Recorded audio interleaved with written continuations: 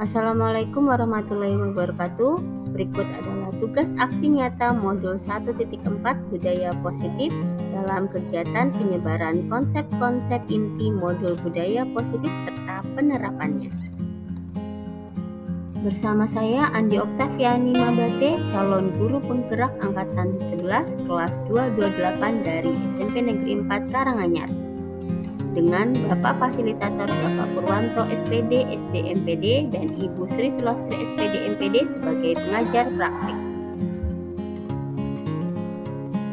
Tujuan pembelajaran kegiatan ini adalah calon guru penggerak dapat menyampaikan pembelajaran dari penerapan konsep inti dari modul budaya positif serta pemahaman mereka mengenai konsep-konsep inti dalam modul budaya positif. Kegiatan penyebaran konsep-konsep inti dalam modul budaya positif serta penerapannya dihadiri oleh beberapa rekan guru yang berada di SMP Negeri 4 Karanganyar. Kegiatan dibagi menjadi 2 bagian. Kegiatan pertama diisi oleh Ibu Rina Dwi Fitriani Eskom dan kegiatan kedua oleh Ibu Andi Oktaviani Mabate SPD. Warahmatullahi wabarakatuh. Terima kasih atas kehadirannya dan terima kasih sudah meluangkan waktunya dalam acara kegiatan kami calon guru penggerak angkatan 11 dari SMP Negeri 4 Karanganyar. Nanti ada 2 yang akan menyampaikan diseminasi ini nanti. Yang pertama nanti ada saya, Rina Dwi Fitriani, dan juga nanti yang materi selanjutnya akan disampaikan oleh Ibu Andi Oktaviani. Nah, pada diseminasi hari ini kita akan membahas tentang budaya positif. Apa itu budaya positif? Pastinya Bapak Ibu semuanya sudah tidak asing lagi dengan kata budaya positif. Kalau kira-kira menurut di pikiran Bapak Ibu semuanya, budaya positif itu seperti apa? Mungkin bisa memberikan contohnya yang lebih mudah di lingkungan sekolah boleh, di lingkungan keluarga boleh, atau di lingkungan masyarakat juga boleh. Monggo. Ya, datang tepat waktu itu juga termasuk salah satu kegiatan budaya positif. Itu bisa dipakai dimanapun nih Bapak Ibu, jadi tidak hanya di sekolah saja, tapi di lingkungan manapun. Budaya positif yang datang tepat waktu itu bisa kita gunakan. Nah, sebelum memulai diseminasi ini, saya mempunyai ice breaking untuk Bapak Ibu semuanya. Silakan nanti dijawab, boleh dengan tunjuk jari boleh. Untuk ice breaking yang pertama dengan clue-nya adalah tangga nada. Hitung ya. Tangga nada. Jika benda yang pertama adalah dompet, kemudian benda yang kedua adalah remote, maka benda yang ketujuh adalah silet. Iya, silet boleh. Kemudian ada benda yang lain? Sikat, sisir ya. Jadi silahkan diperhatikan tangga clue-nya. Clue-nya adalah tangga nada. Tangga nada ada do, re, mi, fa, sol, la, si, do. Nah, yang ketujuh adalah si. Si, maka pertanyaannya adalah benda apa yang diawali dengan suku kata si. Kemudian untuk ice breaking yang kedua, clue-nya adalah rapat tertutup. Oke, silakan diperhatikan. Clue-nya adalah rapat tertutup. Jika membaca sama dengan 4, menulis sama dengan 1, maka berenang sama dengan berapa? Membaca sama dengan 4, menulis sama dengan 1, maka berenang sama dengan berapa? Diperhatikan lagi clue-nya. Clue-nya adalah rapat tertutup.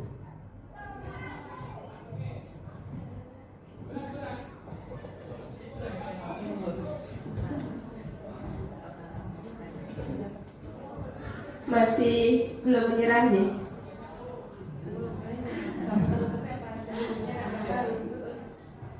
Ya, jika membaca adalah 4, menulis adalah 1, maka berenang adalah titik-titik. Gitu. Cluenya rapat tertutup.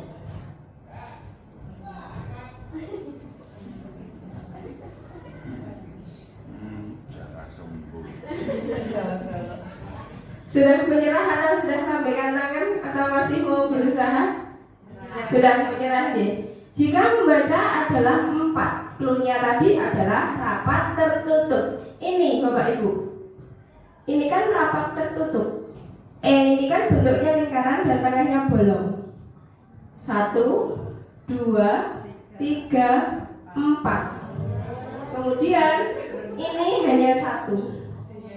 Kalau berenang 1, 2, 3, 4, 5, 6. G ini biasanya kan putus sedikit di bawah. Nah, jadi berenang sama dengan 6. Gitu guys. Jadi mesti tadi terdistraksinya sama rapat tertutup. Pasti pikirnya rapat yang dilaksanakan secara tertutup. Nah, pasti itu. Oke. Jadi sekali lagi saya menyampaikan, berbagi saja bahwasanya memang ternyata ice breaking itu sangat penting dilakukan di waktu pembelajaran, entah itu di awal, di tengah, ataupun di akhir. Karena apa? Menurut yang kami pelajari di kegiatan guru penggerak itu, hak dari siswa itu salah satunya adalah ice breaking tersebut. Ice breaking tidak harus dengan pertanyaan, boleh hanya dengan tepuk, boleh hanya dengan gerakan, boleh dengan menyanyi, boleh dengan menari, boleh silakan dilaksanakan. Karena untuk mengembalikan konsentrasi siswa, untuk menyegarkan kembali pikiran siswa itu salah satunya dengan ice breaking tersebut. Nah, nanti materi yang akan kami sampaikan pada hari ini adalah yang pertama tentang disiplin positif dan nilai-nilai kebajikan universal. Kemudian teori motivasi, hukuman dan penghargaan, serta restitusi keyakinan kelas. Yang ketiga, kebutuhan dasar manusia dan dunia berkualitas. Selanjutnya restitusi, yaitu ada 5 posisi kontrol dan restitusi segitiga restitusi. Nah, sekarang mari kita jawab pertanyaan yang ada di depan. Apakah Bapak Ibu semuanya setuju apabila 1. Memberikan hukuman dapat mendisiplinkan siswa? Setuju atau tidak? Setuju, okay. Ada yang setuju, ada yang tidak, atau semuanya setuju? Setuju, okay. Kemudian pertanyaan yang kedua, pemberian hadiah dapat meningkatkan prestasi siswa? Setuju. Yang ketiga, guru harus mampu memberi solusi untuk setiap siswa yang bermasalah. Ada 2 versi ya, berarti ada beberapa yang setuju dan juga ada yang tidak. Kemudian yang keempat, guru berperan sebagai teman bagi siswa. Setuju. Nah, dari semuanya ini nanti akan kita bahas kira-kira pernyataan kita benar atau salah. Nah, sekarang positive mindset. Apa itu budaya positif? Tadi saya di depan sudah menanyakan. Budaya positif adalah perwujudan dari nilai-nilai atau keyakinan universal yang diterapkan di sekolah. Ini kenapa kita mengambil yang di sekolah? Karena lingkup kita ini yang kita bahas yang di lingkungan sekolah. Nah, ini ada 5 konsep inti untuk menciptakan budaya positif. Yang pertama, disiplin positif. Yang kedua, motivasi perilaku manusia. Yang ketiga, keyakinan kelas atau sekolah. Yang keempat, kebutuhan dasar manusia. Yang kelima, posisi kontrol guru. Dan yang keenam, segitiga restitusi.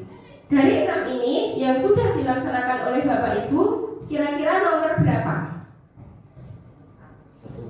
Nomor 1 sudah. Kemudian nomor 2 sudah. Nomor 3 sudah.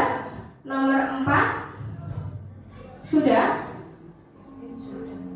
Nomor 5 posisi kontrol guru. Dan yang keenam segitiga restitusi. Untuk segitiga restitusi, mungkin bagi Bapak Ibu guru BK sudah mengenal apa itu segitiga restitusi dan bagaimana cara penerapannya. Kalau untuk Bapak Ibu guru yang lain mungkin sudah pernah mendengar istilahnya, tapi belum terlalu paham dengan apa itu segitiga restitusi. Sama, saya sendiri mengenal apa itu segitiga restitusi setelah mengikuti kegiatan pendidikan guru penggerak ini. Saya juga baru memahami apa itu segitiga restitusi. Nanti kita belajar bersama, kita sharing bersama. Nah, ini perubahan paradigma teori kontrol atau teori pilihan atau ilusi kontrol. Yang pertama, ilusi guru mengontrol muridnya. Kemudian, ilusi bahwa kritik dan membuat orang lain merasa bersalah dapat menguatkan karakter. Kira-kira benar atau tidak? Kritik dan membuat orang merasa bersalah dapat menguatkan karakter. Boleh ya. Selanjutnya, ilusi bahwa semua penguatan positif efektif dan bermanfaat. Dan yang terakhir, ilusi bahwa orang dewasa memiliki hak untuk memaksa. Misalnya kita sebagai guru bisa memaksakan siswa kita untuk mengikuti kehendak kita. Kira-kira benar atau salah? Salah.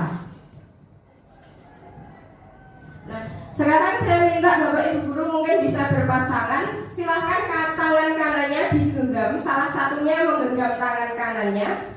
Sudah, silahkan berpasangan boleh. Yang satu menggenggam, yang satu berusaha membuka genggaman tersebut. Bayangkan apabila yang ada di dalam genggaman Bapak Ibu guru semuanya adalah hal yang paling berharga, yang Bapak Ibu jaga, yang tidak mau diketahui oleh orang lain. Silahkan digenggam sekuat mungkin. Dan Bapak Ibu guru yang satunya silahkan berusaha membuka. Jadi silahkan berpasangan. Misalnya Bu Endah silahkan menggenggam tangannya, kemudian Bu Indri berusaha membuka. Atau boleh bertiga. Bu Surya silahkan menggenggam tangannya, Bu Endang dan Bu Asmarani silahkan berusaha membuka genggamannya. Silahkan dipegang sekuat mungkin.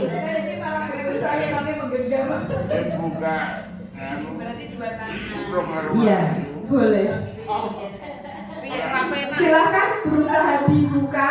Yang menggenggam silahkan berusaha mempertahankan. Dan yang membuka silahkan berusaha untuk membuka. Ya, silakan sekarang boleh dimulai. Ya. Sudah? Sama-sama saling kuat. Gitu ya. Sudah cukup. Dari ilustrasi ini sekarang saya mau menanyakan, kira-kira yang bisa membuka genggaman tangan ini siapa? Kita sendiri yang ini waktunya saya buka. Oh, ini tidak, ini punya saya, akan saya pertahankan. Nah, seperti itu. Jadi itu sama seperti posisi kontrol, bahwasanya kita tidak bisa mengontrol orang lain. Orang lain pun demikian. Orang lain tidak bisa mengontrol kita. Bahwasanya kontrol diri itu hanya ada pada diri kita sendiri. Sama seperti genggaman tadi. Kalau Bu Surya tidak mau membuka genggamannya, pasti tidak akan dibuka. Entah itu Bu Endang atau Bu Asmarani mau membuka sekuat apapun, kalau Bu Surya tidak mau membuka, pasti tidak akan terbuka. Benar atau tidak Bapak Ibu? Nah, begitu ya. Jadi itu sama seperti siswa. Dan tugas kita itu nggak boleh ini menurut yang saya dapat di pendidikan guru penggerak. Jadi kita itu tidak boleh memberikan hadiah. Hadiah saja itu tidak boleh, apalagi memberikan hukuman. Jadi biarkan anak itu kalau dia mau tertib, silakan biar anak itu datang dari dalam dirinya sendiri. Pasti ada pemikiran, kan itu kita memberikan hadiah itu untuk memancing anak, biar dia itu tertib, biar dia itu rajin belajar. Dan itu ternyata salah. Kenapa kok salah? Itu sama saja dengan itu bertentangan dengan teori kontrol tadi. Biarkan anak itu datang dari dalam dirinya sendiri. Makanya tadi saya menanyakan, kira-kira memberikan hadiah itu benar atau tidak? Pasti sebagian besar menjawab benar. Nah, setelah saya mempelajari ini, ternyata apa yang saya pikirkan dulu adalah keliru. Bahwasanya memberikan hadiah kepada anak itu termasuk hal yang salah. Karena apa? Karena itu termotivasi untuk mendapatkan hadiah, bukan termotivasi untuk menjadi lebih pandai. Dan itu bisa membuat anak ketergantungan sampai nanti dia dewasa. Seperti itu. Saya juga masih dalam tahap belajar untuk hal ini. Karena pasti anak-anak biasanya kalau bisa menjawab hanya diberikan tepuk tangan saja, pasti mereka sudah gembira. Dan ternyata tepuk tangan itu pun juga termasuk sebagai hadiah. Makanya kan kita kan perlu belajar lagi lah. Kira-kira untuk mengapresiasi anak-anak itu apa? Hanya nilai. Yang bisa kita berikan hanya nilai. Sementara di pelajaran yang lain, nilai itu pun harus nilai yang apa adanya. Nah, lalu kita harus bagaimana? Jadi memang apa yang kita dapat itu kadang bertentangan dengan realita yang kita hadapi sekarang. Begitu. Misalnya, saya sambil loncat ke slide yang selanjutnya. Misalnya ini, ada anak yang datang terlambat. Pasti pertanyaan kita, kenapa datang terlambat? Setelah anak menjawab, mungkin sebagian besar dari kita kowe iki mendino telat kok. Pasti alasanmu hanya itu saja. Padahal dalam nanti kita belajar segitiga restitusi, hal tersebut tidak boleh dikatakan Bapak Ibu. Jadi kita itu misalnya kalau di TK mungkin atau di SD, ada anak yang minta bekal makanan temannya. Kita kan pasti memarahi anak tersebut. Seharusnya nggak boleh. Seharusnya kita panggil dulu anaknya, kita tanya, kamu kenapa kok minta bekalnya temanmu? Mungkin ada yang karena saya pengen bekal teman saya itu setiap hari ganti-ganti. Mungkin lagi karena saya cuma pengen diperhatikan, biar teman saya itu tahu kalau saya itu punya kuasa di sini, kalau saya itu jahil, itu ada. Atau mungkin karena saya lapar Bu, saya tidak diberikan bekal atau tidak dikasih sarapan sama orang tua saya. Nah, jadi nanti kita mau pelajari apa itu segitiga restitusi, apa itu teori kontrol, dan apa 5 kebutuhan dasar manusia yang seharusnya memang kita sebagai guru bisa memenuhi kebutuhan anak-anak tersebut. Nah ini, stimulus respon dan teori kontrol. Realitas atau kebutuhan kita sama. Kira-kira sama atau tidak kebutuhan kita? Berbeda. Kemudian semua orang melihat hal yang sama. Belum tentu. Jadi berbeda nih.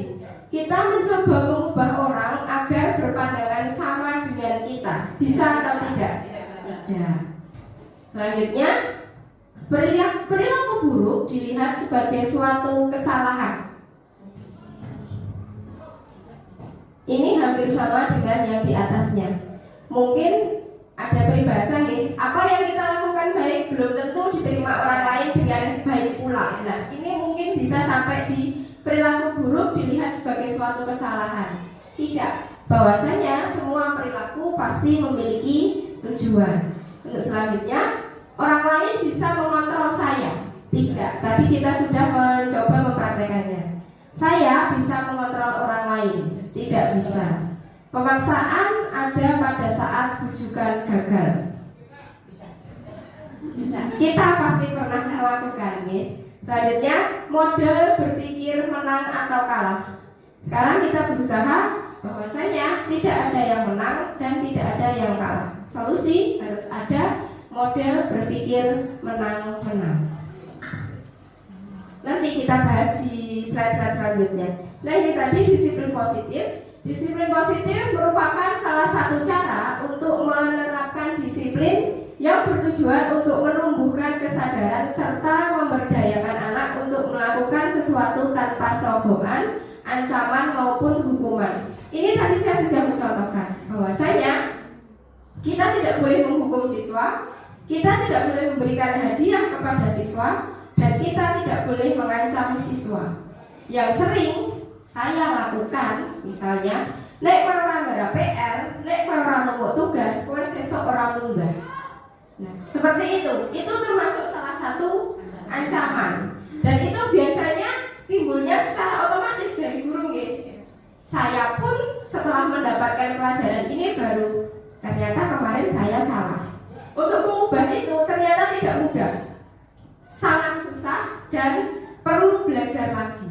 Karena apa? Yang kita pelajari dengan realita yang ada itu adalah berbeda.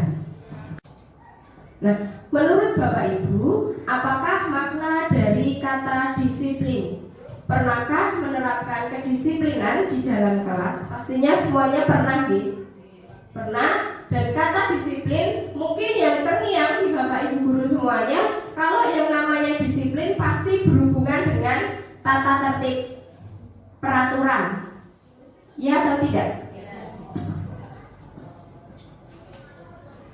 Nah, ini apakah makna disiplin? Disiplin berasal dari bahasa Latin disiplina yang artinya belajar. Kemudian makna asal dari kata disiplin ini berkonotasi dengan disiplin diri dari murid-murid menurut Sokrates dan Plato. Dalam budaya kita, makna kata disiplin telah berubah menjadi sesuatu yang dilakukan seseorang pada orang lain untuk mendapatkan kepatuhan. Kecenderungan umum adalah menghubungkan kata disiplin dengan ketidaknyamanan, bukan dengan apa yang kita hargai atau pencapaian suatu tujuan mulia. Nah, jadi biasanya orang disiplin itu hanya untuk menghindari hukuman, hanya untuk menghindari peraturan. Bukan peraturan apa ya? Biar asal melakukan saja. Misalnya, tentang berkendara kita menggunakan helm. Biasanya kan kita bukan kesadaran diri saya pakai helm supaya selamat, supaya aman. Pasti sebagian besar dari kita pakai helm biar tidak ketangkap sama polisi. Seperti itu, oke. Kenapa kok kita mematuhi rambu-rambu lalu lintas? Kalau lampu merah, kenapa kita berhenti? Paling tidak, walaupun jalannya sepi, biasanya ya sudah, biar kita tidak terkena tilang. Tapi kalau jalannya sepi, ada kemungkinan untuk menerobos. Nilai-nilai kebijakan universal yaitu sifat positif manusia yang merupakan tujuan mulia yang ingin dicapai setiap individu. Nilai tersebut bersifat universal dan lintas bahasa, suku bangsa, agama maupun latar belakang. Setiap perilaku atau perbuatan teori memiliki suatu tujuan. Nah, ini tadi, setiap perilaku atau perbuatan pasti memiliki tujuan. Nah, ini dimensi profil pelajar Pancasila. Kita semuanya sudah hafal, gitu. Ada berapa Bapak Ibu? Ada 6. Yang pertama, beriman bertakwa kepada Tuhan yang Maha Esa dan berakhlak mulia, berkebinekaan global, bergotong royong, kreatif, bernalar kritis dan juga mandiri. Nah, ini sudah dirangkum dari nilai-nilai universal tadi. Untuk di sekolah kita sampaikan di profil pelajar Pancasila dalam dimensi-dimensinya. Sebagai seorang guru, saat akan hadir mengajar di kelas tepat waktu, motivasi apa yang mendasari tindakan tersebut? Mungkin ada yang berpikir karena memang tanggung jawab saya sebagai seorang pengajar atau pendidik, gaji saya dari saya mengajar, maka saya berusaha datang untuk tepat waktu. Mungkin juga ada yang saya tepat waktu, kalau nanti Pak Kepala Sekolah lihat dari CCTV, biar jam saya pasti terisi terus karena saya sudah berada di kelas. Pasti ada juga yang seperti itu. Semoga tidak di sini ya Bapak Ibu. Selanjutnya, apakah Anda datang tepat waktu karena tidak ingin ditegur? Nah ini, apakah datang tepat waktu karena tidak ingin ditegur oleh atasan dan kemudian mendapatkan surat peringatan? Kalau kita biasanya mungkin bukan surat peringatan gitu, tapi panggilan secara pribadi. Jadi, sindiran. Selanjutnya, Anda ingin mendapatkan pujian dari atasan Anda dan mendapat penghargaan sebagai karyawan atau guru berprestasi. Dan yang terakhir, Anda ingin menjadi orang yang menghargai waktu, menghargai diri Anda sendiri sebagai teladan bagi murid-murid Anda, karena Anda percaya tindakan Anda sebagai guru akan dicontoh oleh murid-murid Anda. Setuju. Yang keempat nih. Jadi agar bisa menjadi teladan dan menghargai waktu. Nah ini, motivasi perilaku manusia. Menurut Dian Egosen dalam bukunya Restruction School Discipline menyatakan ada 3 motivasi perilaku manusia. Yang pertama, menghindari ketidaknyamanan atau hukuman. Ini tadi yang saya contohkan, misalnya kenapa kok kita pakai helm? Bukan karena biar nanti aman kalau terjadi sesuatu, tapi pasti alasannya biar tidak terkena tilang. Kemudian mendapatkan imbalan atau penghargaan dari orang lain. Misalnya di sekolah kita mengadakan guru berprestasi tingkat sekolah gitu ya. Pastikan penilaiannya juga diawali dari dengan ketepatan dengan kehadiran tepat waktu. Nah, mungkin biar bisa meraih predikat guru berprestasi tersebut, maka kita datang tepat waktu. Selanjutnya, menjadi diri yang diinginkan dengan menghargai diri sendiri sesuai dengan nilai-nilai yang dipercaya. Tadi contohnya, misalnya kita datang tepat waktu karena kita percaya kita adalah sebagai teladan dari murid-murid kita. Selanjutnya, apakah yang Bapak Ibu guru hebat lakukan jika ada murid yang melanggar peraturan yang ada?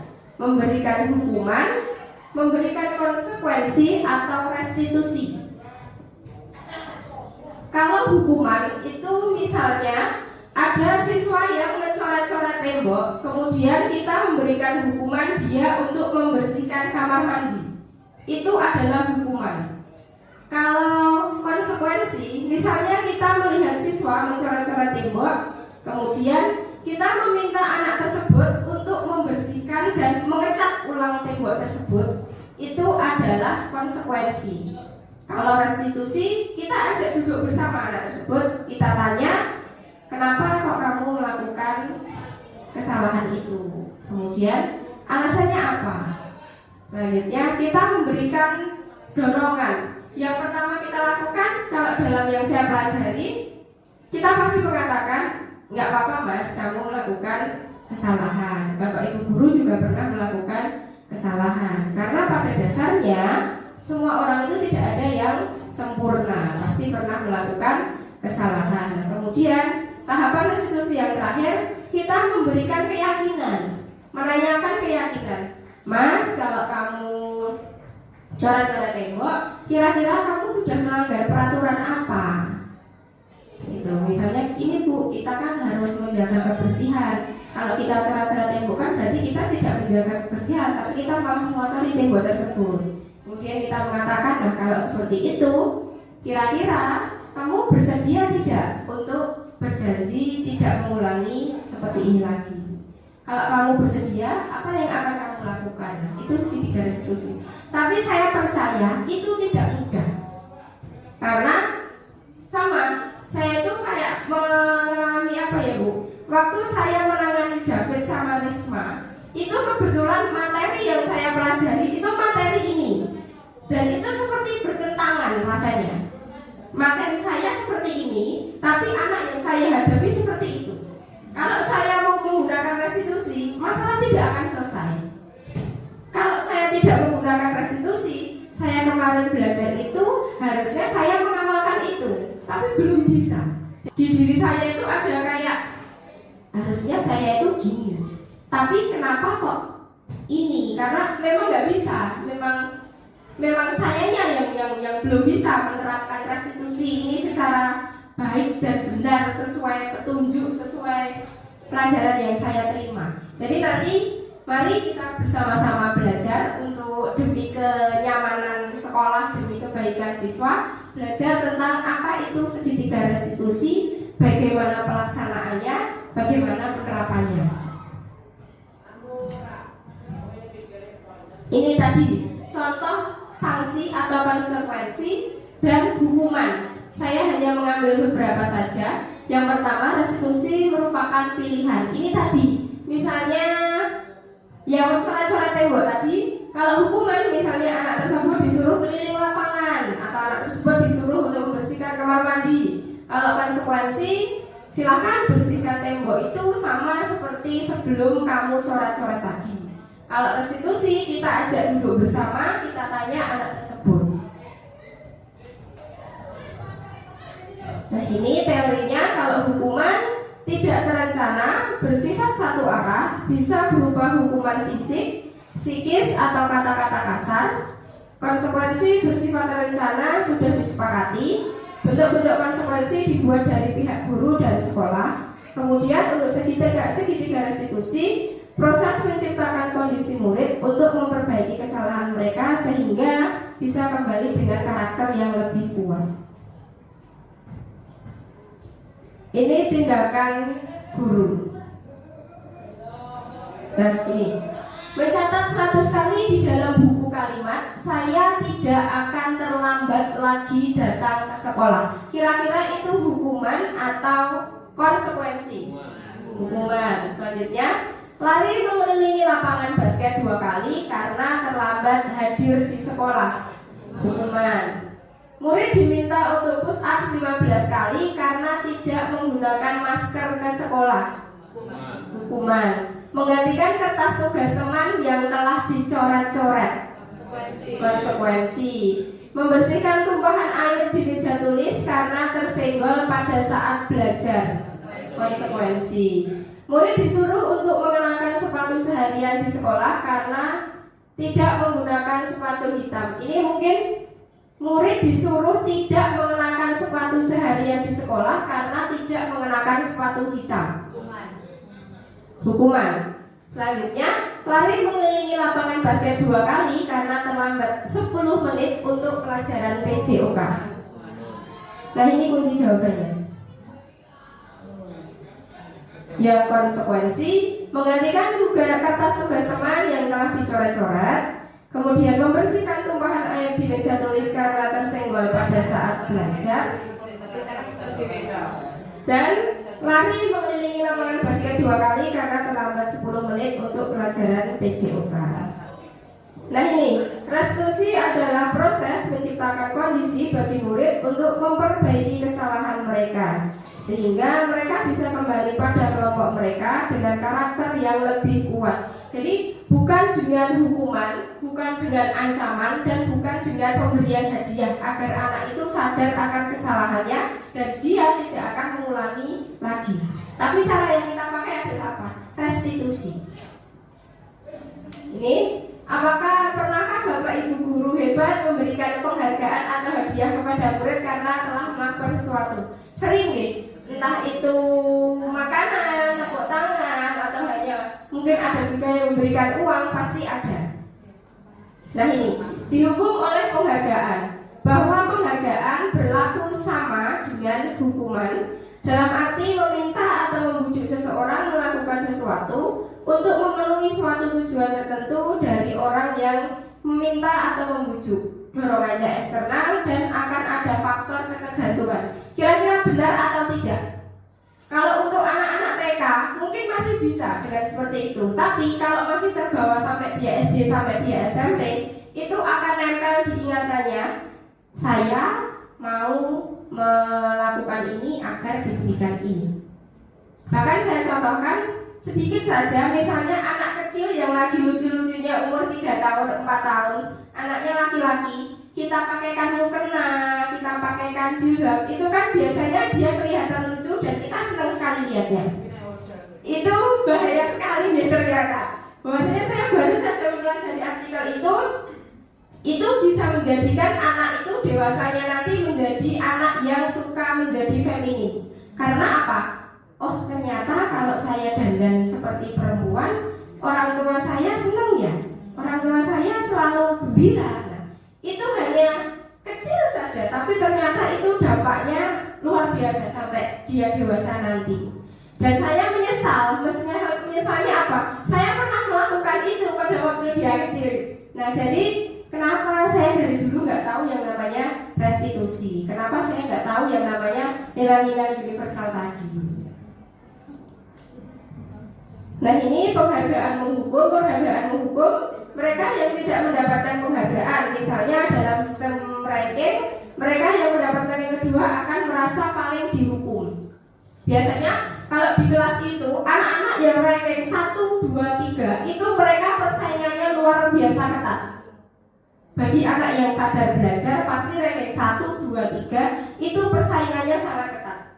Anak yang ranking 2 atau ranking 3 Misalnya dia semester 1 ranking 1, semester 2 ranking 2, semester 3 ranking 1 lagi, semester 4 dia ranking 3. Itu yang ranking 3 itu pasti dia merasa jatuhnya luar biasa. Karena apa? Karena ini tadi, dia sudah berusaha mati-matian untuk mendapatkan ranking 1. Saya pernah ranking 1, saya pernah turun ranking 2, saya naik lagi di ranking 1, tapi sekarang saya jatuh di ranking 3. Nah, itu untuk anak-anak yang seperti itu mungkin butuh penanganan khusus dari BK sebenarnya, atau dari orang tuanya, atau apalagi kalau anak-anak tersebut dari sekolah, dari rumahnya dia ditekan sama orang tuanya, itu bahaya sekali ternyata. Selanjutnya, penghargaan tidak efektif. Nah, tadi penghargaan itu ternyata tidak efektif karena bisa membuat anak itu merasa ingin terus. Oh, jadi ini aja lah, besok gini biar aku dapat ini. Oh, jadi besok aku gini aja biar nanti rankingku bisa ini. Karena kalau rankingku bisa ini, saya pasti besok dapat hadiah apa, gitu. Ini penghargaan yang merusak hubungan.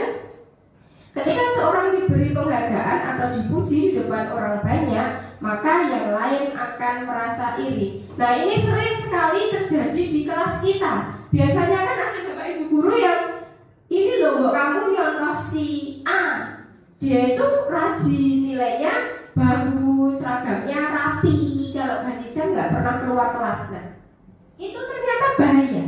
Bahayanya kenapa? Ada timbul kebencian dari anak-anak yang lain.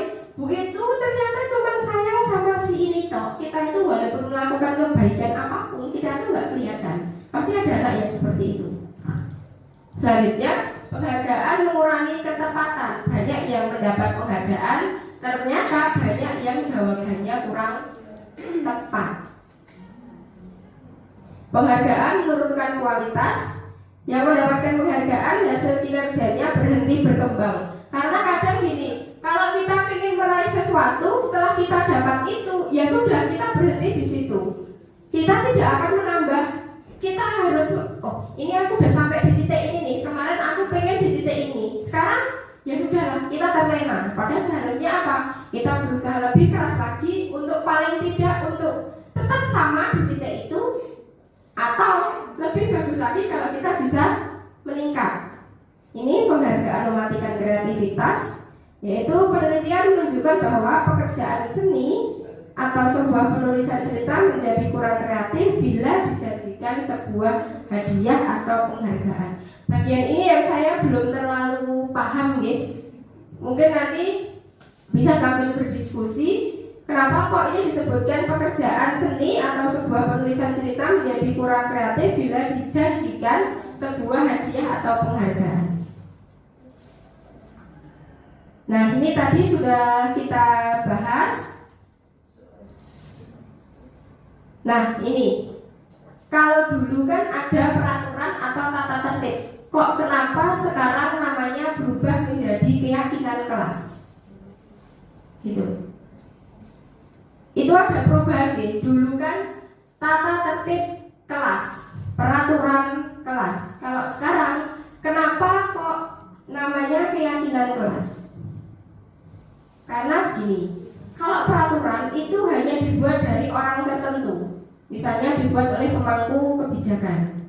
Kalau keyakinan kelas, dalam pembuatan prosesnya kita kan bisa menyebarkan post-it ke anak-anak. Silakan kamu tuliskan apa yang pengen kamu dapatkan dari kelas ini. Kamu pengen suasana kelasmu seperti apa? Mereka akan menuliskan. Setelah menuliskan, kita mengakomodir. Kemudian setelah selesai, kita tanyakan lagi ke anak-anak. Ini ada beberapa, ini.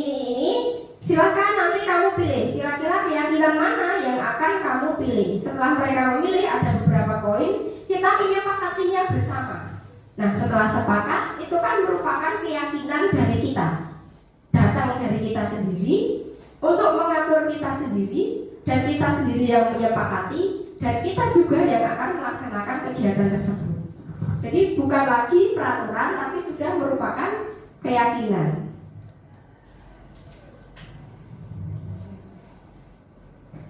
Ini prosedur pembentukan keyakinan sekolah. kita lewati saja karena kemarin kita sudah belajar bersama untuk cara membuat keyakinan kelas pada kegiatan proyek. Untuk video posisi kontrol nanti akan dilanjutkan oleh Ibu Andi.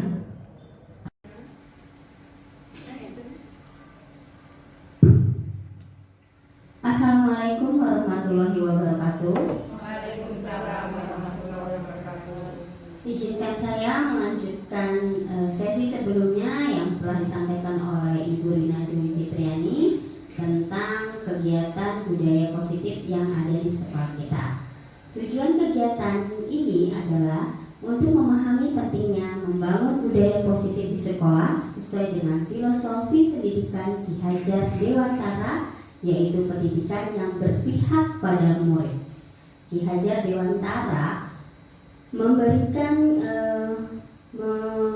kita sebuah gagasan menyamakan kita seorang pendidik itu dengan seorang petani, di mana kita dapat mengambil contoh perbandingannya dengan hidup tumbuh-tumbuhan seseorang petani. Dalam hakikatnya sama kewajibannya dengan seorang pendidik yang menanam padi misalnya hanya dapat menuntun tumbuhnya padi. Ia dapat memperbaiki kondisi tanah, memelihara tanaman padi, memberi pupuk dan air, membasmi ulat-ulat atau jamur-jamur yang mengganggu hidup tanaman padi dan lain sebagainya. Jadi Ki Hajar Dewantara ini menyamakan kita seorang pendidik dengan petani yang merawat tanamannya. Dari uraian tersebut kita dapat memahami bahwa sekolah diibaratkan sebagai tanah tempat bercocok tanam, sehingga guru dapat mengusahakan sekolah jadi lingkungan yang menyenangkan, menjaga dan melindungi murid dari hal-hal yang tidak baik. Mari kita berefleksi bersama. Apakah kita sudah memberikan lingkungan belajar yang berpihak pada murid? Ya, mungkin saat ini kita belum melakukan hal tersebut secara maksimal. Oleh karena itu, disinilah kami berada dengan program pendidikan guru penggerak. Kami berbagi untuk menggerakkan rekan-rekan agar dapat tergerak melaksanakan budaya positif atau disiplin positif dengan baik di sekolah kita.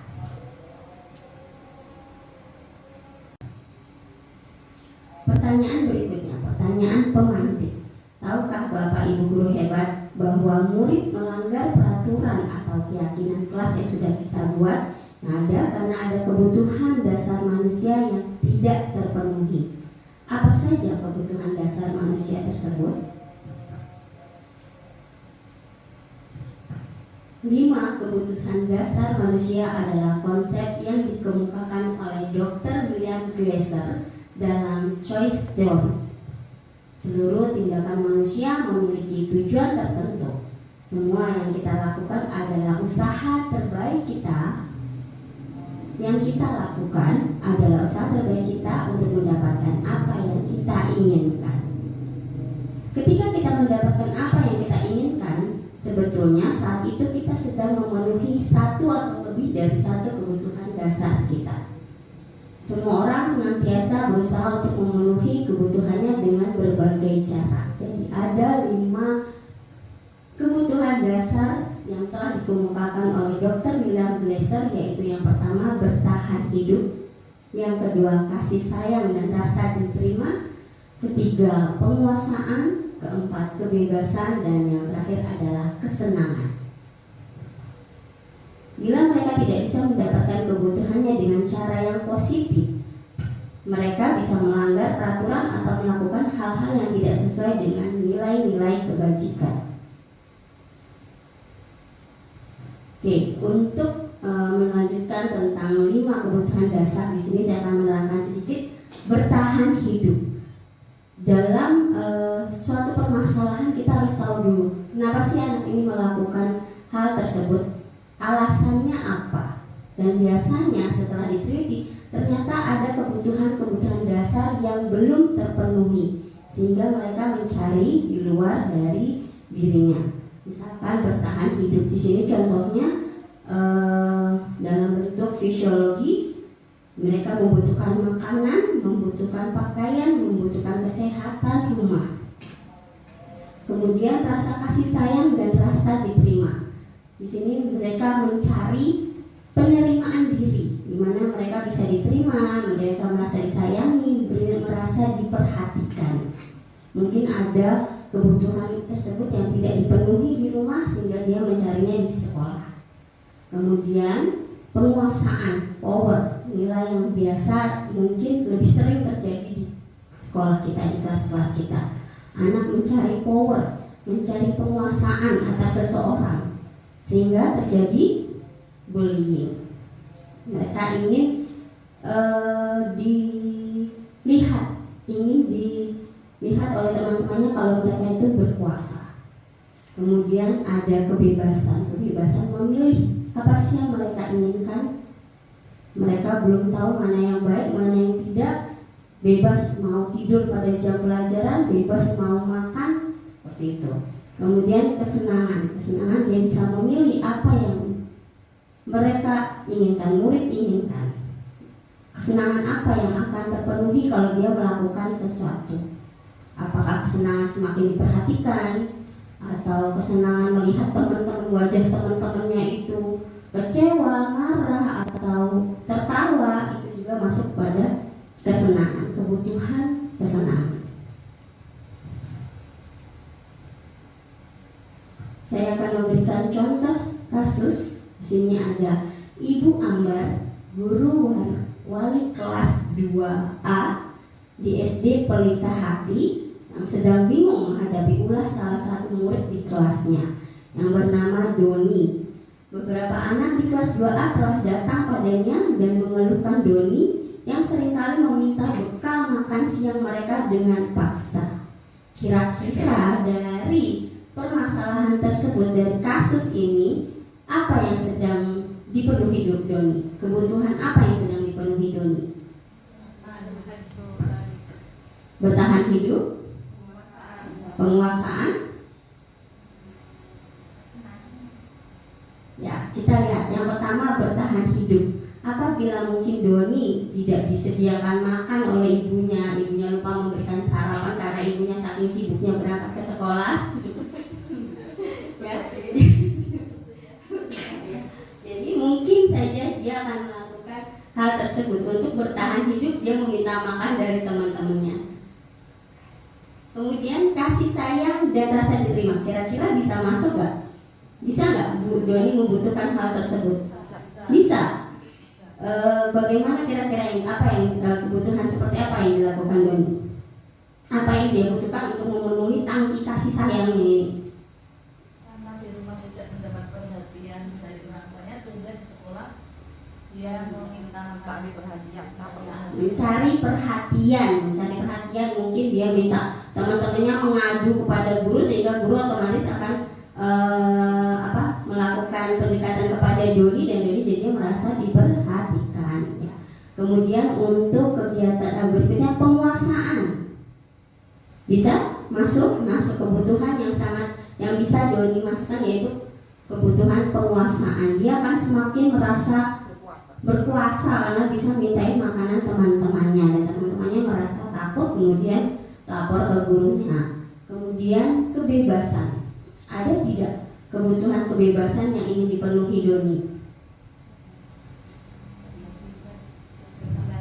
Ya, mungkin dia merasa bebas melakukan hal tersebut, atau dia merasa bebas bisa minta makanan minta makanan ini, memilih makanan yang ada, itu juga bisa.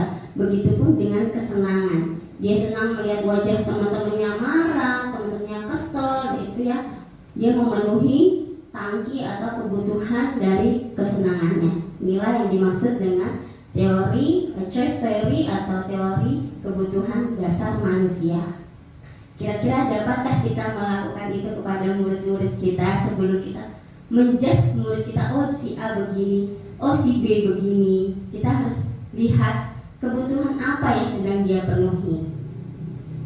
Kenapa dia tidur di dalam pelajaran saya? Apa sih yang dia sedang cari? Kenapa dia ngomong terus pada jam pelajaran saya? Kebutuhan apa sih yang sedang dia cari? Apa kebutuhan apa yang sedang dia penuhi? Seperti itu. Selanjutnya adalah, apa yang Bapak Ibu guru hebat lakukan jika melihat murid selalu melanggar aturan atau keyakinan kelas yang ada, membiarkan saja, menasihati atau menghukum.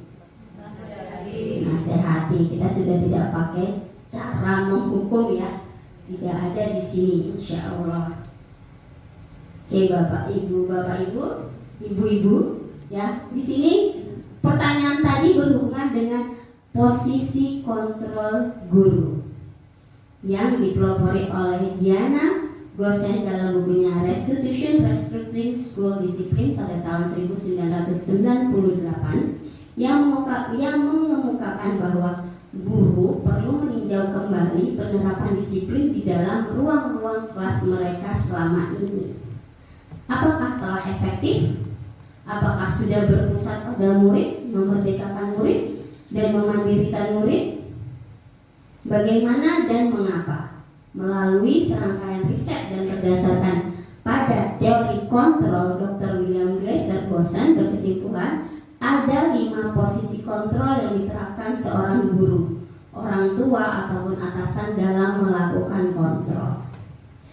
Yang pertama adalah penghukum, kedua pembuat rasa bersalah, ketiga teman, pemantau, dan manajer.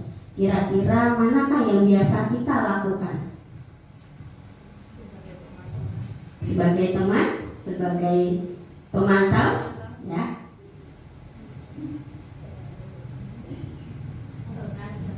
Oke.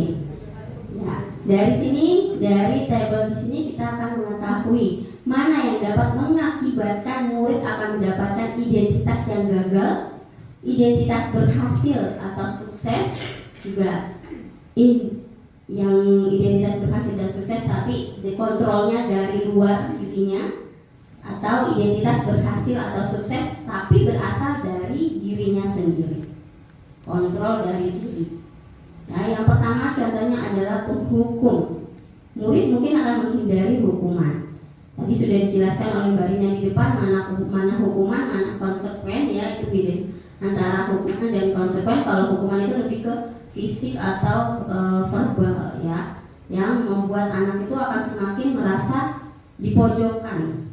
Kemudian ada pembuat rasa bersalah. Pembuat rasa bersalah ini mungkin biasa kita lakukan secara tidak sengaja, karena walaupun nada suaranya lembut, ya, ini dapat membuat anak semakin insecure. Mereka akan merasa rendah diri dari pembuat rasa bersalah ini. Itulah kenapa dia termasuk identitas gagal. Contohnya, guru biasanya untuk menghukum menghardik, menunjuk-nunjuk, menyakiti, dan menyindir. Terus kemudian guru dapat berkata, kalau kamu tidak melakukan, awas ya, rasakan, jadi mengancam nadanya. Hasilnya anak akan semakin memberontak, menyalahkan orang lain, dan juga berbohong, semakin tidak terima. Kaitannya dengan dunia berkualitas, murid meletakkan guru di luar dunia berkualitas. Murid tidak akan ada chemistry-nya dengan guru. Guru itu hanyalah sepintas lalu saja, orang yang mereka temui di sekolah tapi tidak ada maknanya. Itu maksud dari dunia berkualitas. Lalu murid akan berkata, biarkan saja, nanti juga marah-marah lagi, ya. Dampaknya pada murid mungkin mereka akan mengulangi kesalahan berikut berkali-kali berulang-ulang.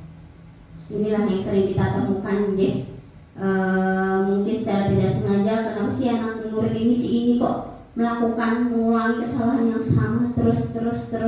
Mungkin ada yang harus kita perbaiki dari kita semua.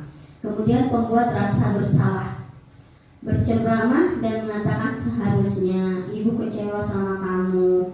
Terus ibu juga guru akan berkata, kamu sudah tahu ibu lelah sekali, makanya ibu stres, ibu tuh capek, kamu tuh jangan begitu ya, gitu ya.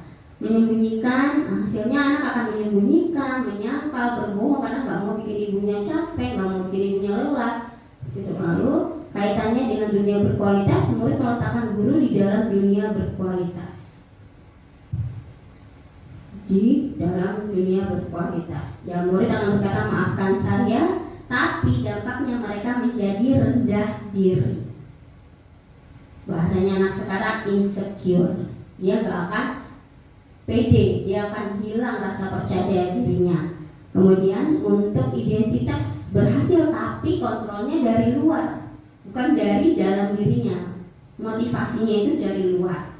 Di sini ada dua, teman dan pemantau. Mungkin ini biasa kita lakukan ya, teman dan pemantau, di mana guru akan membuat kan alasan-alasan untuk muridnya. Ketika dia berbuat salah, kamu begini ya, kamu melakukan itu karena kamu ngantuk ya, karena kamu begadang ya semalam ya. Kan kita kan bahasanya bahasa antar teman ya.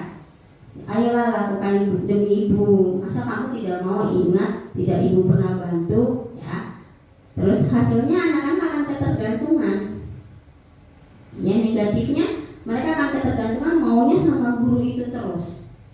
Ketika kita tidak bisa memberikan apa yang mereka butuhkan, mereka akan kecewa. Ini negatif dari posisi teman. Ya, mungkin kita biasanya guru adalah teman, iya. Tapi ada negatifnya ketika kita tidak bisa memenuhi tangki cintanya, nah mereka akan semakin bohong bu guru, gitu ya. Mereka tidak akan percaya diri. Murid mengatakan guru sebagai orang yang sangat penting di dunia berkualitas, akan dianggap penting. Saya pikir bapak ibu teman saya ternyata begitu, gitu ya. Mereka tidak akan percaya diri. Murid mengatakan guru sebagai orang yang sangat penting di dunia berkualitas, akan dianggap penting. Saya pikir bapak ibu teman saya ternyata begitu. Nah, ini ketika murid kecewa, ketika kita tidak bisa memenuhi tangki kebutuhannya, mereka akan berpikir kirain teman ternyata kok begitu. Mereka saking kecewanya, dan murid akan menjadi lemah, tidak mandiri, dan selalu bergantung. Untuk posisi pemantau, menghitung dan mengukur apa peraturannya. Guru akan mengingatkan apa peraturannya, tata tertibnya apa nih sampai kamu melakukan hal tersebut. Ya, kemudian hasilnya murid akan menyesuaikan diri bila diawasi. Kalau diawasi saja baru dia mengikuti tata tertib. Kalau ada gurunya baru dia mau mengikuti peraturan.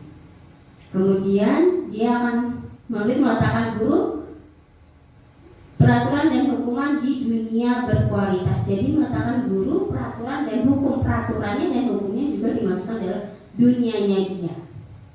Berapa banyak bintang yang saya harus peroleh?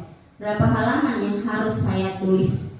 Oh, kalau bintang ini berhubungan dengan reward, maka akan mengejar reward atau mengejar atau takut dengan hukuman yang akan diberikan. Ya, tadi reward dan punishment makanya tidak boleh. Kemudian yang terakhir dampaknya adalah menitik beratkan pada sanksi atau hadiah untuk dirinya. Posisi kontrol diri yang selanjutnya yang menuju identitas berhasil dan sukses, yaitu menghargai diri sendiri, yaitu posisi manajer. Di mana posisi ini kami juga baru mempelajari, oh ternyata ada posisi manajer. Maksudnya apa sih? Ternyata posisi manajer ini bukan meminta murid untuk menuruti apa maunya kita. Kita hanya mendampingi, menuntun, tidak menyeret. Apa sih bahasanya? Tidak tidak ini peraturannya harus kamu turuti, tapi kita hanya mendampingi, mengingatkan kembali, mengajukan pertanyaan-pertanyaan apa yang kita yakini. Guru akan ketika murid melakukan kesalahan, guru akan bertanya, apa sih yang kita yakini selama ini? Keyakinan kelasnya seperti apa? Mana yang kamu langgar? Ketika dia melakukan kesalahan, kira dia akan sadar, karena dia merasa membuat kesepakatan kelas, dia akan sadar, oh iya bu, saya melanggar peraturan kelas yang tidak harus saling menghormati. Nah, dia harus mengejek temannya, misalnya mengejek temannya, dia akan sadar sendiri. Jadi kita hanya mendampingi murid, menuntun murid untuk menyadari kesalahannya sendiri. Dan hasilnya pribadinya murid akan semakin kuat. Dia menyadari kesalahannya. Murid meletakkan dirinya, bukan lagi orang lain yang di dalam dunia berkualitasnya, tapi dirinya sendiri.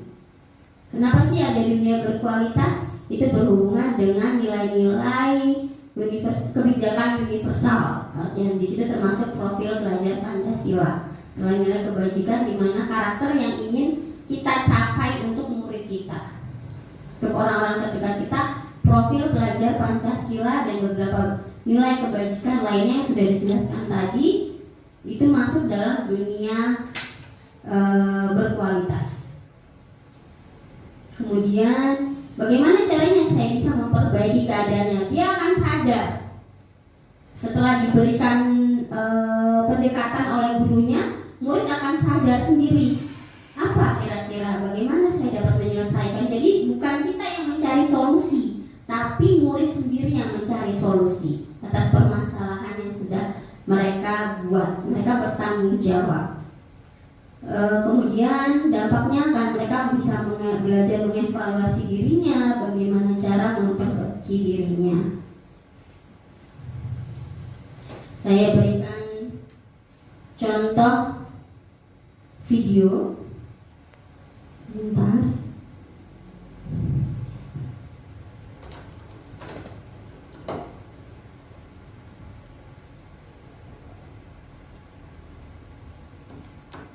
Yang satu contoh hukuman, menghukum ya, atau mau yang membuat merasa bersalah, membuat merasa bersalah. Kalau hukum pasti arogan.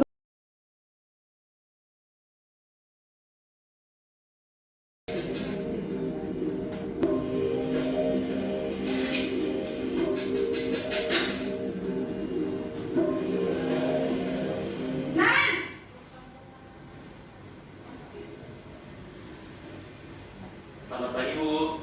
Naren, kamu kenapa terlambat lagi, nak? Ya Tuhan, Naren, kamu senang ya bikin ibu susah ya? Kalau kamu terlambat lagi, nanti ibu yang ditegur bapak kepala sekolah, nak. Disangka ibu tidak bisa membina kamu. Duh, gimana ini? Maaf, Bu. Duh, Gusti Naren, kamu suka ya kalau ibu ditegur bapak kepala sekolah?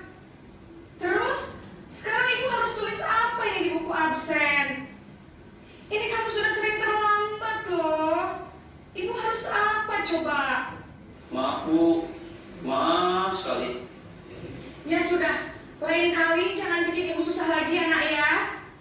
Ibu tidak akan kuat lagi kalau kamu begini terus. Bisa jantungan kalau ibu tegur bapak kepala sekolah. Sana cepat ke kelas. Maaf ya, Bu. Maaf sekali. Ini adalah membuat merasa posisi membuat merasa bersalah.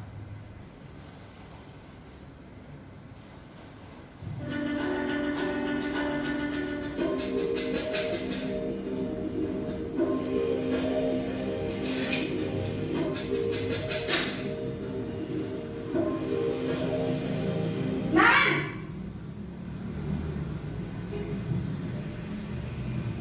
Selamat pagi, Bu. Selamat pagi Naren. Maaf, Bu. Saya terlambat. Iya, sekolah masuknya jam 7, sekarang sudah jam 7.20. Jadi sekarang bagaimana ini Naren? Maaf, Bu.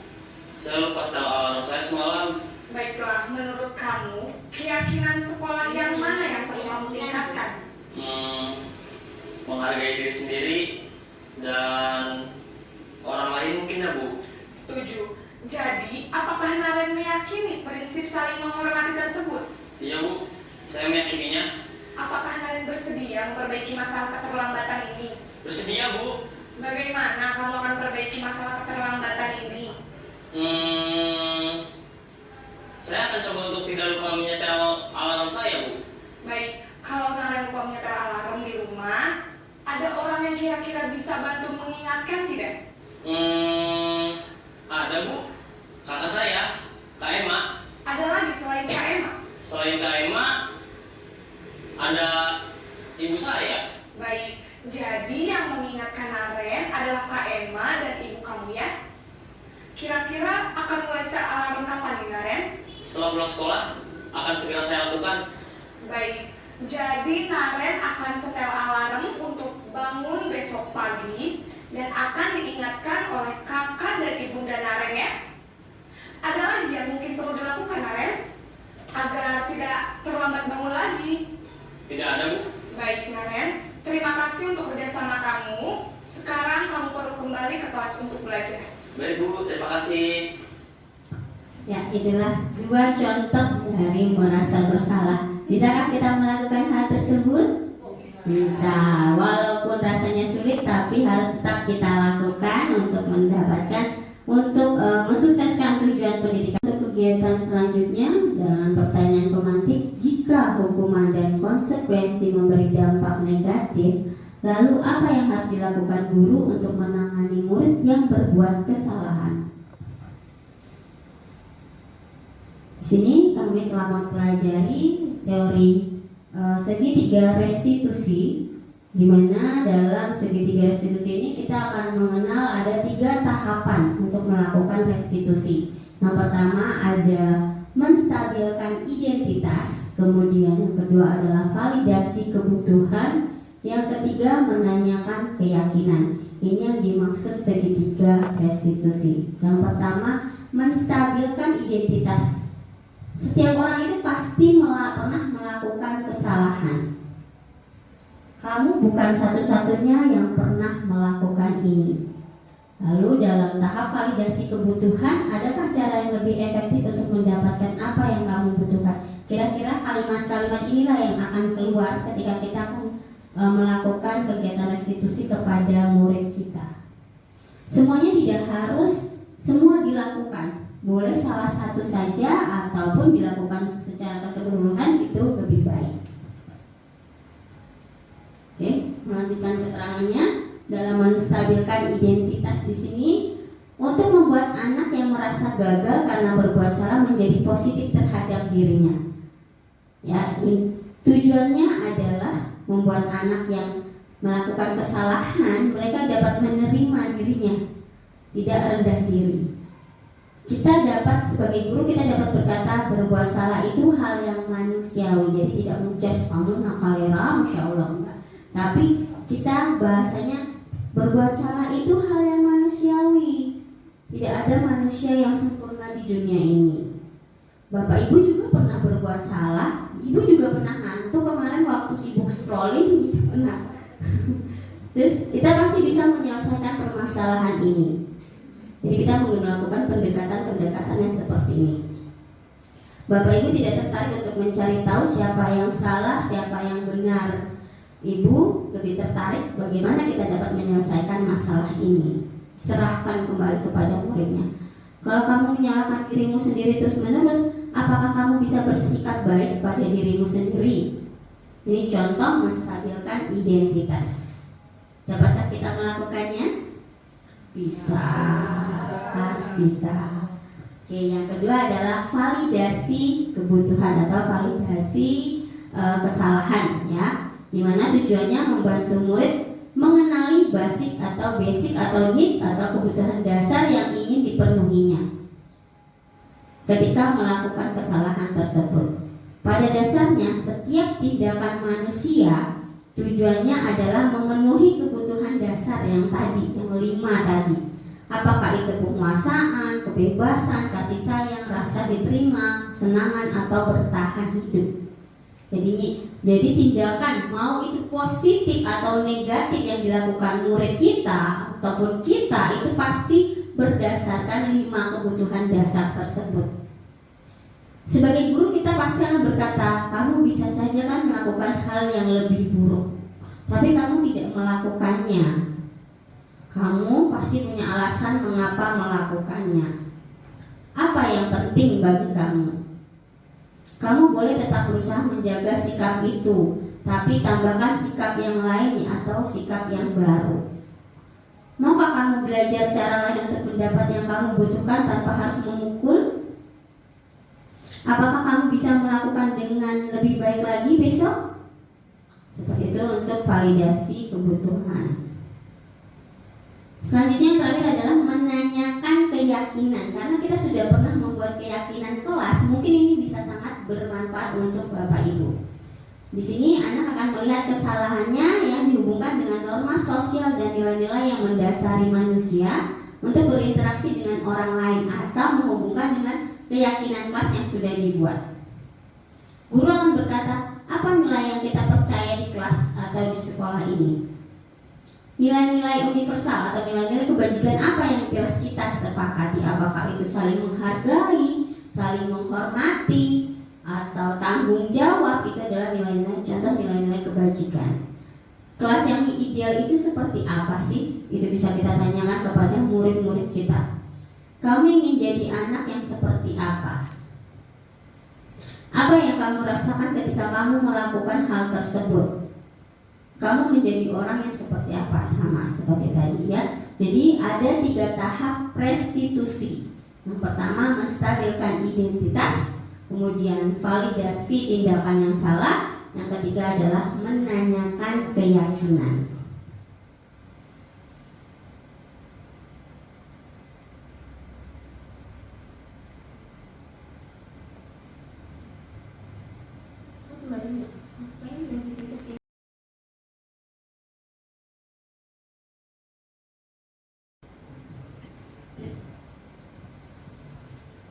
Baik, saya akan menyampaikan kesimpulan kegiatan kita pada hari ini. Yang pertama adalah restitusi adalah sebuah pendekatan untuk menciptakan disiplin positif.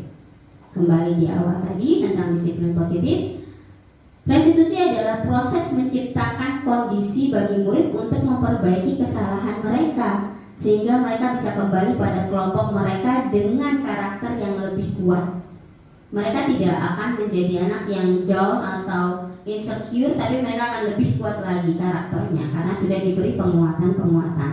Kemudian dalam menyelesaikan permasalahan murid, sebaiknya pendidik atau guru dapat memahami 5 kebutuhan dasar murid yang menjadi alasan murid melakukan kegiatan positif maupun negatif. Ya, jadi segala tindakan kita itu pasti berhubungan dengan pemenuhan kebutuhan dasar. Kita sebagai pendidik dapat memposisikan diri sebagai manajer dan melakukan tahapan restitusi, yaitu menstabilkan identitas, validasi tindakan yang salah, dan menanyakan keyakinan. Boleh dilakukan semua, boleh dilakukan hanya satu saja. Semua proses pembelajaran yang dilakukan seorang pendidik adalah bertujuan untuk memerdekakan muridnya dan mengantarkan murid menjadi manusia yang selamat dan berbahagia berdasarkan gagasan atau filosofi atau tujuan dari Ki Hajar Dewantara. Itulah sekian dari saya kesimpulan untuk kegiatan kita pada hari ini. Sebelum saya menutup, kita akan melakukan sesi refleksi tentang kegiatan yang sudah kita laksanakan. Di sini ada sticky note, bisa dibagikan.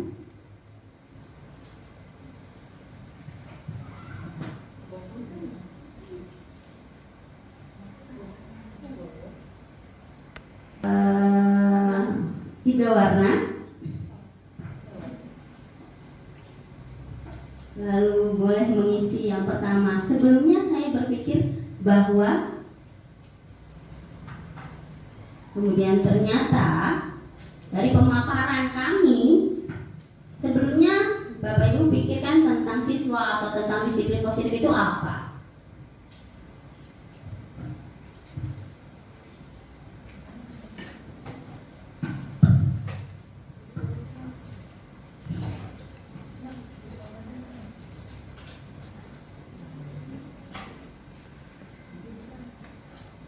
Ini kalau sudah boleh ditempel aja.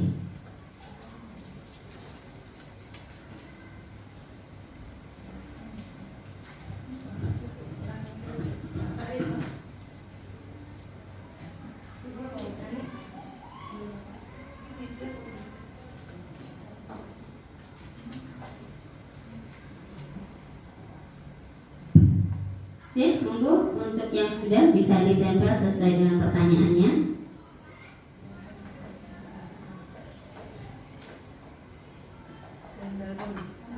Sini, langsung sini aja Mas.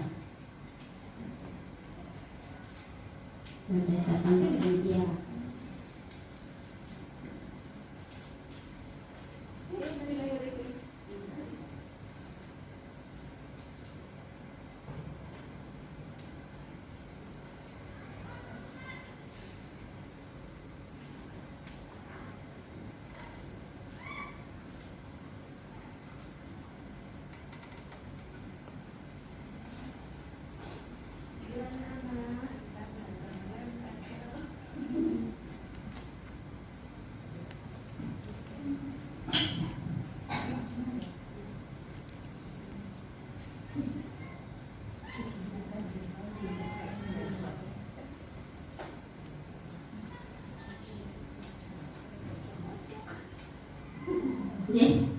Saya bacakan. Siswa itu adalah anak-anak yang sulit untuk diberitahu dan pemberian hadiah membantu semangat anak. Sebelumnya saya berpikir bahwa siswa mendapat hadiah itu baik, ternyata menjadi ketergantungan. Siswa perlu pujian agar menumbuhkan semangat. Sebelumnya saya berpikir bahwa memberikan hadiah adalah pujian untuk menarik semangat. Ya, pemberian hadiah memotivasi bahwa untuk siswa untuk semakin maju. Sebelumnya saya berpikir bahwa siswa diberi hadiah akan memberikan semangat. Yang kedua, ternyata pemberian hadiah membuat ketergantungan. Ternyata bahwa siswa menjadi ketergantungan. Memerlukan budaya positif tidak memerlukan pemberian hadiah karena membuat ia malah kurang semangat. Bagus sekali. Ternyata siswa mentaati peraturan atau disiplin hanya untuk mendapat pujian atau sanjungan. Menjadi semangat hanya ingin mendapat pujian. Ternyata bahwa siswa menjadi ketergantungan dan tidak mendidik. Menerapkan budaya positif agar muncul kesadaran diri siswa untuk berbuat baik. Langkah kecil yang saya lakukan setelah ini adalah membatasi pemberian hadiah kepada anak. Langkah kecil yang akan saya lakukan setelah ini adalah memotivasi siswa dari dalam. Bagus sekali. Langkah kecil yang akan saya lakukan setelah ini adalah membatasi pemberian hadiah, menumbuhkan semangat pada siswa agar menjadi diri sendiri dan bukan paksaan.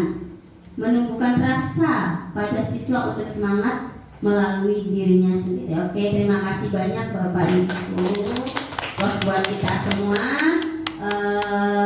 Saya tutup, sekian dari saya. Terima kasih sekali atas kesediaannya untuk mengikuti kegiatan diseminasi kami. Semoga semuanya berjalan lancar. Minta doanya untuk kami berdua. Assalamualaikum warahmatullahi wabarakatuh. Waalaikumsalam. Terima kasih. Tetap semangat, bergerak, menggerakkan.